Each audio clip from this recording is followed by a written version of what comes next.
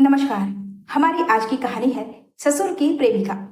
शिखा गौर से अपने ससुर जी के चेहरे की ओर देख रही थी।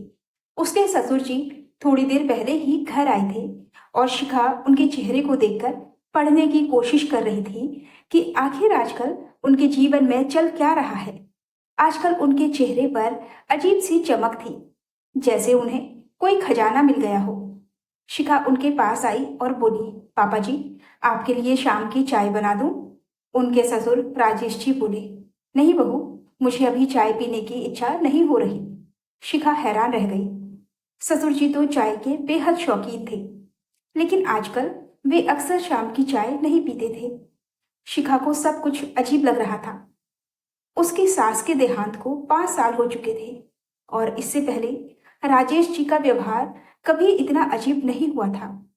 पहले वे अधिकतर समय अपने कमरे में ही बिताते थे, लेकिन इधर कुछ दिनों से वे बेटे के ऑफिस जाने के बाद घर से बाहर निकल जाते और बेटे के लौटने से पहले वापस आ जाते।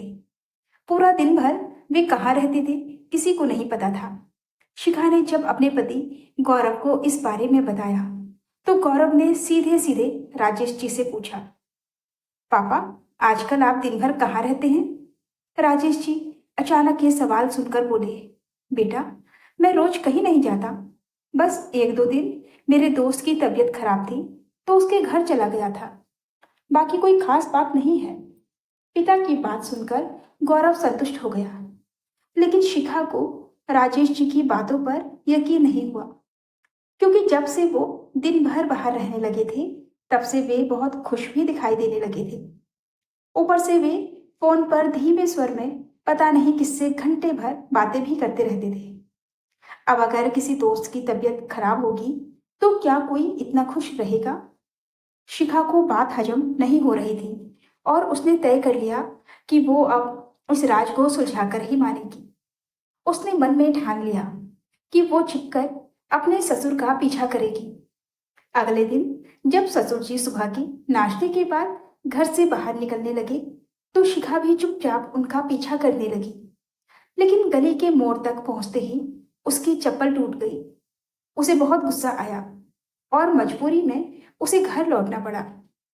जब वो दूसरी चप्पल पहनकर वापस बाहर निकली तब तक राजेश जी का कहीं पता नहीं था। वो किस दिशा में गए थे ये भी समझ नहीं आया। शिखा गुस्से में पैर पटकती हुई वापस घर चली आई। अब वो बेसब्री से अगले दिन का इंतजार करने लगी। अगले दिन सुबह नाश्ते के बाद राजेश जी अपने कमरे में जाकर लेट गए। शिखा बेचैन थी। वो सीधे उनके कमरे में गई और पूछने लगी, पापा जी, आज आप बिस्तर पर लेटे हुए हैं, तबीयत तो ठीक है ना? राजेश जी बोले, कुछ नहीं बहू, बस आज ऐसे ही आराम करने की इच्छा हो रही थी। इससे आगे शिखा कुछ नहीं बोल पाई और चुपचाप उनके कमरे से बाहर निकल आई। उसने सोचा, ठीक है, जब ससुर जी अगली बार बाहर जाएंगे तभी मैं उनका पीछा करूंगी। अगले दिन सुबह सवेरे शिखा के मायके से फोन आया। उसे 3 दिन के लिए मायके जाना पड़ा। 3 दिन बाद जब वो घर लौटी तो उसने देखा कि राजेश जी काफी खुश नजर आ रहे थे। वो सोचने लगी कि जब वो घर पर नहीं थी तब तो देखने वाला भी कोई नहीं था कि वो कहाँ जा रहे हैं, इसीलिए कुछ ज्यादा प्रसन्न दिखाई दे रहे हैं। लेकिन अब वो बात का पता लगाकर ही रहेगी कि आखिर वो ऐसी कौन सी जगह जाते हैं जहां जाकर उन्हें इतनी खुशी मिलती है। अगली सुबह जब राजेश जी घर से बाहर निकले तो इस बार शिखा बहुत सतर्क थी। वो पीछे पीछे एक ऑटो में बैठ गई। आधे घंटे के बाद राजेश जी का ऑटो एक पुरानी कॉलोनी के बाहर रुका। वे तेज कदमों से एक गली में घुस गए। शिखा ने देखा कि कॉलोनी में छोटे छोटे घर बने थे। एक घर के सामने जाकर उन्होंने दरवाजा खटखटाया। शिखा भी चुपचाप पीछा कर रही थी। थोड़ी देर में वो घर के भीतर चले गए। सामने से कोई खिड़की नहीं थी। वो घर के आगे पीछे घूमकर देखने लगी। दाहिनी तरफ एक छोटी सी खिड़की मिली। उसने वहां से झांक कर देखा तो राजेश जी एक अधेड़ उम्र की महिला के पास उसकी हथेली थामे बैठे थे और कह रहे थे, जब से तू मेरी जिंदगी में आई है, मुझे जीने का मकसद मिल गया है। पत्नी के जाने के बाद तो अकेलेपन ने मुझे तोड़ दिया था। अब बेटे बहू की अपनी दुनिया है। मेरा सुख दुख सुनने वाला मुझे कोई चाहिए था और तू मिल गई। कॉलेज में भी हम सुख दुख की बातें किया करते थे, लेकिन शायद किस्मत को मंजूर नहीं था कि हम एक हों। महिला बोली, पुरानी बातों को याद करने से क्या फायदा। मेरे पति भी इस दुनिया में नहीं रहे। मेरा बेटा भी विदेश में है। आपकी पत्नी भी जा चुकी है। हो सकता है कि ईश्वर ने हमें इसी उम्र में एक दूसरे का साथ देने के लिए मिलवाया हो। अब शिखा को सारी सच्चाई समझ में आ चुकी थी। उसने तुरंत मोबाइल निकाला और वीडियो बना लिए और चुपचाप घर लौट आई। जब राजेश जी घर पहुंचे तो शिखा बोली, पापा जी प्रेमिका से मिलकर आ रहे हैं। यह सुनकर राजेश जी चौंक गए और शिखा की ओर देखने लगे। शिखा बोली, ऐसे क्या देख रहे हैं? मुझे सब पता चल गया है। आपको ये सब करते हुए शर्म नहीं आई?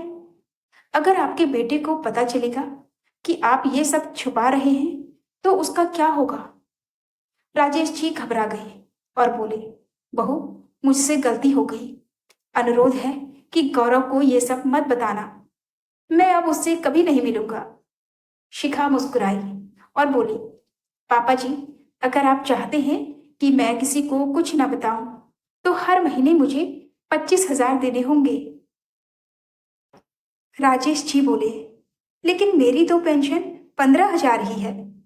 शिखा बोली, आपके पास बचत भी तो होगी। मुझे 25,000 चाहिए ही चाहिए, वरना मैं सब कुछ उजागर कर दूंगी। अब राजेश जी ने डर के मारे बहू को पैसे देने शुरू कर दिए। धीरे धीरे सारी बचत खत्म हो गई। एक महीने जब पेंशन भी नहीं आई तो उन्होंने कहा, बहू मेरी सारी बचत खत्म हो गई है, अब से तुम 15,000 ले लेना। शिखा गुस्से में बोली, अगर 25,000 नहीं दिए तो मैं आपका वीडियो सबको भेज दूंगी। तभी अचानक से गौरव वहां आ गया और कहने लगा, ये सब क्या बकवास है? मेरे पापा को किस बात के लिए ब्लैकमेल कर रही थी? शिखा और राजेश जी दोनों घबरा गए। शिखा ने सफाई देते हुए कहा, अपने पापा की करतूत तो देखो, और वीडियो दिखा दी। गौरव वीडियो देखकर हैरान रह गया। राजेश जी ने शर्मिंदा होकर कहा, बेटा माफ कर दो। वो महिला विनीता है, मेरे कॉलेज की मित्र थी। हम दोनों एक दूसरे को पसंद करते थे, लेकिन शादी नहीं हो पाई थी। अब कई वर्षों बाद वो मिली तो उससे बातें करने लगा, लेकिन बहू ने वीडियो बना ली और ब्लैकमेल करने लगी। गौरव ने गुस्से से कहा, तुमने मेरे पिता को ब्लैकमेल किया? अगर तुम्हें समस्या थी तो मुझसे बात करती, ना कि उन्हें धमकाती। अब तुम मेरे पापा के सारे रुपए वापस लौटाओ और अपना सामान लेकर इस घर से निकल जाओ। मैं तुम्हें तलाक दूंगा। शिखा रोने लगी और बोली, माफ कर दो, मुझसे गलती हो गई। गौरव बोला, ये गलती नहीं, गुनाह है। फिर वो अपने पापा से बोला, पापा आप चिंता ना करें, मैं आपकी दूसरी शादी करवाऊंगा। मुझे खुशी होगी कि इस उम्र में आपको कोई समझने वाला साथी मिलेगा।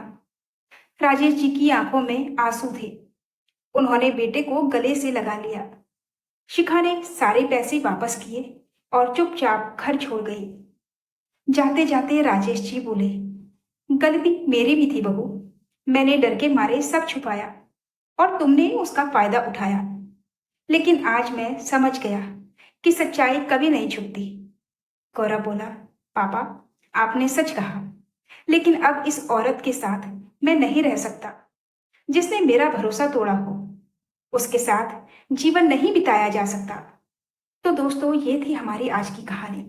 अगर आपको ये कहानी अच्छी लगी हो तो कमेंट करके हमें ज़रूर बताइएगा और नई कहानियों के लिए हमारे चैनल को ज़रूर सब्सक्राइब कर लीजिएगा। मिलते हैं एक और नई कहानी के साथ, तब तक के लिए हमें अनुमति दीजिए। धन्यवाद।